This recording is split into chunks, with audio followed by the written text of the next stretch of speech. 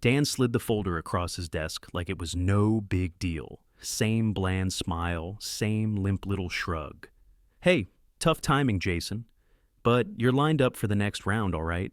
I already knew. Ashley got it. The new girl. Not even a year in. Her dad plays golf with our regional VP every Saturday. I wasn't stupid. I'd seen the emails, heard the whispers in the break room. Hell, I helped train her. I looked at Dan, then at the folder. Number 12. This was the 12th time I'd been passed over for branch manager. Every time, they told me to keep grinding. Almost there, they'd say. You're just missing a piece or two. Like I was some broken toy that needed fixing. I nodded, forced a smile, same as always. But then something inside me snapped. I laughed, loud, sharp, bitter. Dan flinched like I'd smacked the desk. What's funny? I looked him dead in the eye. Me, I'm the clown who believed you 12 times. His face dropped. There it was. The real reaction. Not the fake sympathy, not the rehearsed lines from HR. Just confusion and fear. Like he wasn't sure what the hell I was going to do next. And for once I wasn't either. I stood up, didn't grab the folder, didn't thank him for the opportunity. Just walked out of his office, past the interns pretending not to listen, past Ashley at her desk, pretending she didn't hear every word. I felt heat crawling up my neck. Not just anger, shame. I'd let myself believe that loyalty would get noticed, that doing the work actually mattered, that playing the long game would pay off. 12 times. That's when it hit me. I wasn't unlucky, I wasn't invisible, I was being used. My name's Jason. I was 41 when this happened. I live in Dayton, Ohio. I'd been with Firstmark Financial for 6 years, built their systems from the ground up, saved their asses more times than I could count. And I finally realized they were never going to reward that. They were never going to hand me more than scraps. That was the day I stopped begging for recognition and started taking what they didn't think I could. Quick note, before we go further, tell me where you're watching from right now. By the time I got back to my desk, I already knew the play. Smile. Say, no worries. Pretend I was happy for Ashley. But inside, something was different. Not rage. Not even disappointment. Just this sharp, ugly awareness I couldn't shake. And I didn't do it for applause. I did it because I gave a damn. Every time I asked for the manager role, they handed me a new excuse. Not enough leadership presence, whatever that meant. Not enough client-facing results, even though I handled 5 of our 10 biggest clients personally. Then it was technical gaps. So I learned every damn platform we used, even the back-end junk no one else wanted to touch.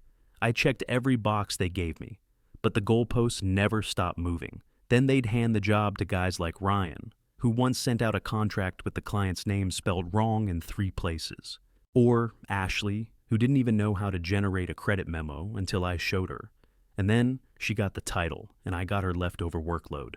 I used to take that personally. Maybe I didn't speak up enough. Maybe I wasn't flashy. I blamed myself for years. Then it hit me. Built to squeeze every drop out of guys like me. Quiet workhorses, take the weekend call guys. No drama, get it done guys. We weren't meant to rise. Just carry the weight until our backs gave out or we quit. That night, I didn't sleep. Couldn't. I sat on my porch with a warm beer and a head full of noise. I felt used. Worse, I'd let them use me. I'd handed them everything and called it loyalty. Around midnight, I called my brother, Dave. He's a mechanic in Troy. Guy never sugarcoats anything. I told him what happened, laid it all out. He didn't even pause. Stop trying to impress people who wouldn't piss on you if you were on fire. That line hit me in the gut. Not because it was mean, because it was true. I was waiting for people like Dan to recognize me. People who'd never built anything, never fixed a system, never saved a sinking client relationship by sheer grit and hours. People who smiled at you in meetings and forgot your name outside them. That night, something cracked open in my brain. I didn't decide to quit. Not right away. That would have felt too big, too fast. But I did make one promise to myself. Right there on my porch. No more begging. No more trying to be the perfect employee. No more giving them the best of me while they toss scraps to whoever talked the loudest in meetings. I was done chasing promotions. I was done asking. And the thing was, I knew too much. More than anyone else there. I knew where all the processes lived because I built them. I knew which clients were on the verge of leaving. I knew how the back-end systems talked to each other and how they failed. I knew who was really holding the place together, and it damn sure wasn't management.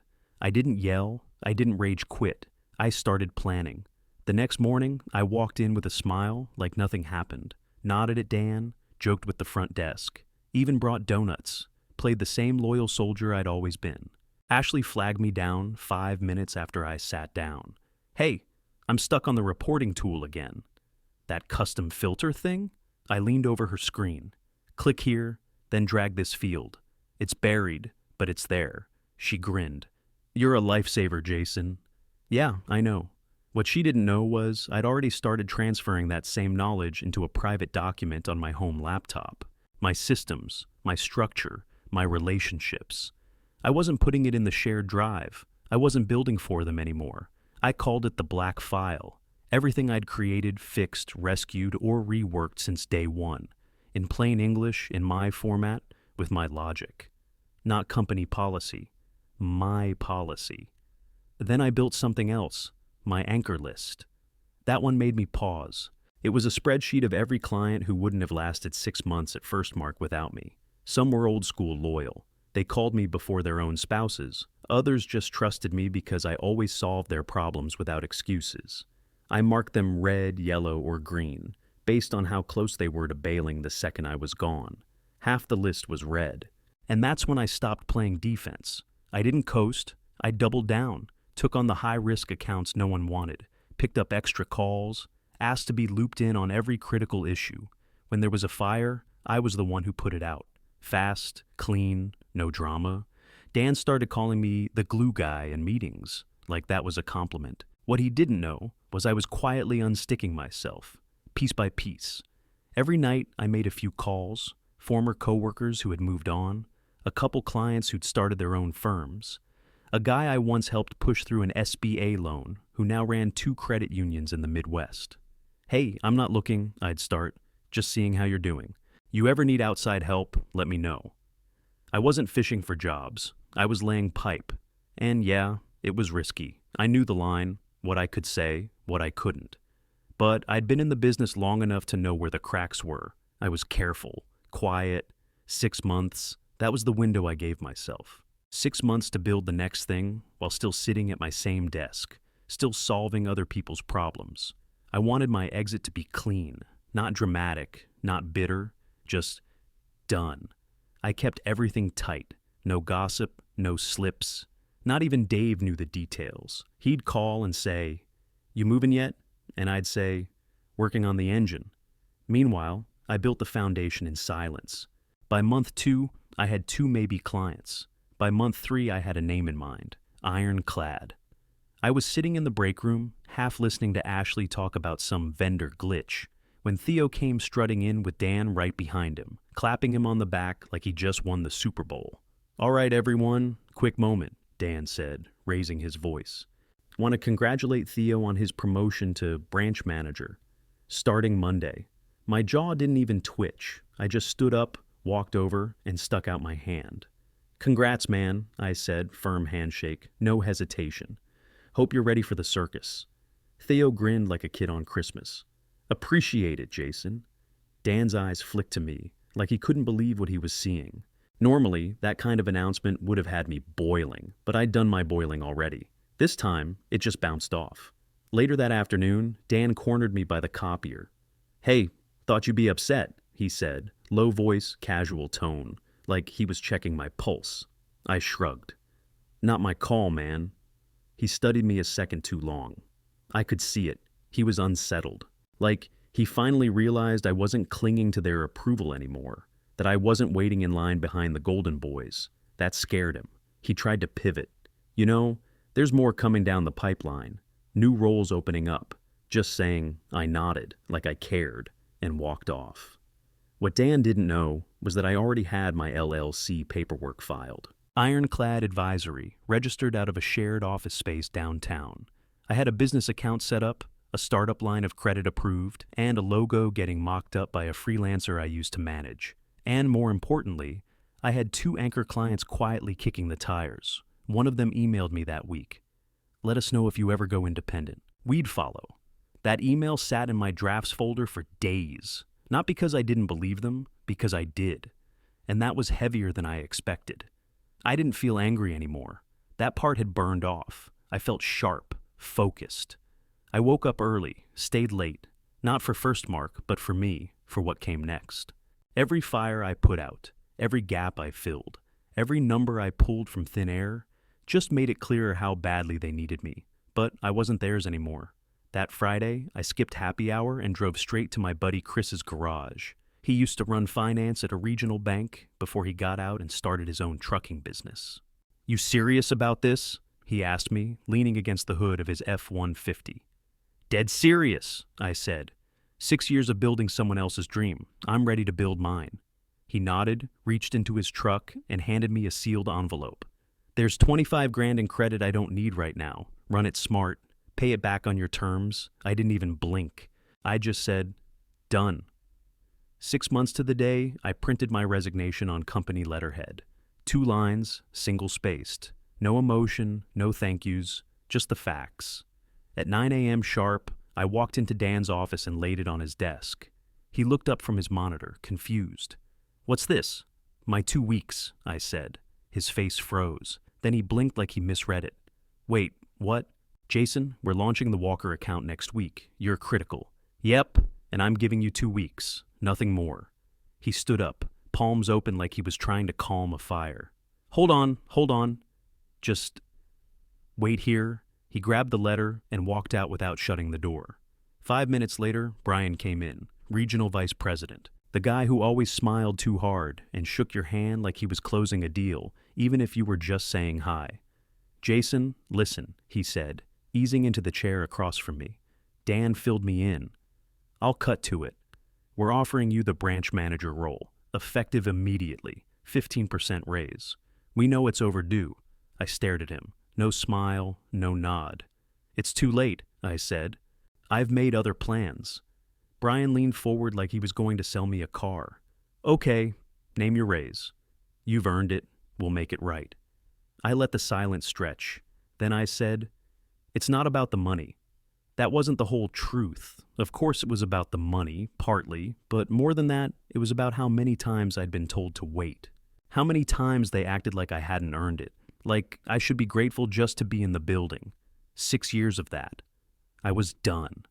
Brian's face twitched, not angry, rattled, like he was realizing this wasn't a bluff. "You're really walking?" he asked. "After everything we've invested in you?" I almost laughed at that. "Everything you invested?" I said. "You mean the nights I worked late? The clients I saved? The accounts I fixed after hours? I did all that for a title you handed to Theo because he talks better in meetings." Brian opened his mouth, closed it again. Then I stood up. "I'll wrap things clean. I won't leave a mess." Dan hovered outside the door like a scared intern. I looked at both of them. "I'll be professional, but I'm not changing my mind." I walked out of that room with no plan to look back. No drama, no speeches, just a grin on my face. For the first time in years, I wasn't reacting. I wasn't hoping. I was finally on a fence. Within 72 hours, everything started cracking. Emails piled up. Calls got missed. The Walker rollout went sideways before it even launched. Nobody knew how to run the client dashboards, the ones I'd built from scratch. The walkthroughs I never documented in their systems. Ashley stopped me in the hallway. "Hey, do you have a minute?" she asked, eyes wide, laptop in hand. "Something's broken in the tracker. The formulas are just gone." I gave her a tight smile. "Sorry, Ashley. I'm out of the loop now." By that afternoon, I got my first call from Dan. "Jason, can we talk?" His voice sounded like gravel. "We just need some quick guidance on your systems." Nothing crazy, just a handover. I said, "Sure, I'm available as a consultant. 300 an hour," dead silence. Then, 300? "Yep." That's the rate he hung up without another word. The next day I got a call from Walker Materials. The lead there, Marcy, didn't mince words. "Look," she said, "we agreed to expand because you were running the show. If you're out, we're out. No offense to your company, but we didn't sign on to get passed to a bunch of trainees."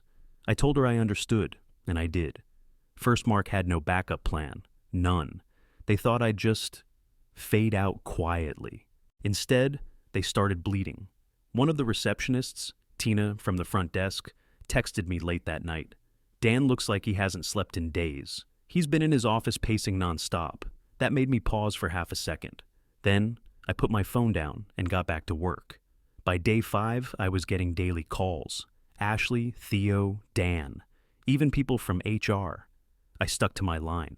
300 an hour. Some begged. Some tried to guilt trip. I didn't move an inch. A week later, Brian called again. "Jason," he said, voice tight, "we'd like to bring you back. Senior manager, 30% raise, full autonomy, no red tape." I almost laughed. "Appreciate the offer," I said, "but I've already moved on." "You haven't even left yet." I left the day I turned in that letter. Click. 2 days before my final day, I was typing up a client handoff doc, the bare minimum, when I saw a shadow over my desk. I looked up. It was him, the president. Suit pressed, face serious. Never once spoken to me before. He didn't shake my hand, just looked me in the eye and said, "What would it take to keep you?" I leaned back, took a breath. "There's nothing you can offer." His face dropped, just for a second. Then he nodded, turned, and walked away without another word. And that was it. No more offers, no more bargaining, just silence. I finished the week, shut down my company laptop, turned in my badge, and walked out of that building like I never belonged to it in the first place. 2 weeks after I walked out, I signed my first 3 contracts. 2 were old clients who called me the minute word got out. The third was a referral from a guy I hadn't spoken to in years. Someone I once helped push through a loan over a weekend when his lender dropped the ball. I named the company Ironclad Advisory. Clean, solid, no frills. Just like how I worked. No startup parties, no launch post on LinkedIn. Just me, a laptop, a Gmail account, and a fire lit under my feet. By the end of month 3, I had 6 clients, 3 subcontractors. My billing rate, triple what Firstmark ever paid me, and I still had folks thanking me like they were getting a deal. I didn't have to beg for work. My phone rang because I delivered.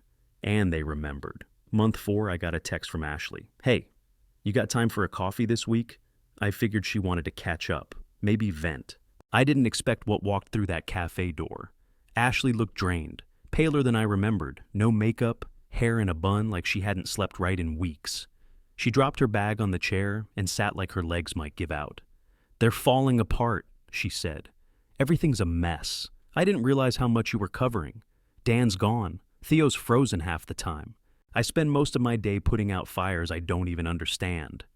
I sipped my coffee, said nothing. She looked up at me, eyes glassy, voice low. "I want out. If you're hiring..." I let the silence hang for a second. Not out of ego, just to feel her tone. She wasn't trying to play both sides. She was done. "All right," I said. "Let's talk scope and rate." Her shoulders dropped like someone had taken 50 pounds off them. She nodded. "You won't regret it." And I didn't. Once she had support, she worked her ass off. She wasn't the problem. The system was. Meanwhile, I heard things. Firstmark had lost 4 major clients, 2 of them from my anchor list. They'd laid off half their staff. Dan quietly resigned. No farewell email, no goodbye lunch, just vanished. One of my clients filled me in. "They're in free fall," he said. "But honestly, you leaving was the best thing to happen to us. You were never the problem. It was the cage they kept you in."